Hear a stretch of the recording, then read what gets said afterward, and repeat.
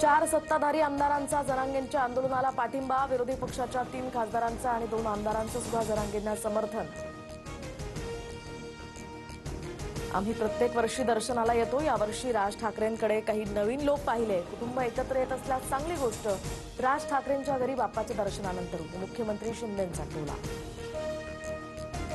मुख्यमंत्री फडणवीस विनोद तावडेंच्या घरी बाप्पा चरणी लीन। मुख्यमंत्री फडणवीसांकडून नेत्यांच्या घरी जात बाप्पाचं दर्शन।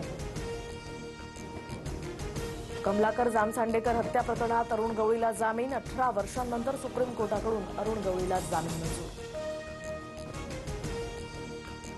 शक्तीपीठ महामार्गाच्या भूसंपादनाचा आदेश पारित। कोल्हापूरला भूसंपादनाच्या आदेशातनं वगळलं। वर्धा ते सांगली जिल्ह्यापर्यंतच्या भूसंपादनाला मान्यता।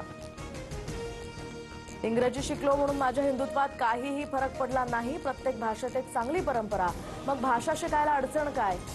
सरसंघचालक मोहन भागवतांची भूमिका।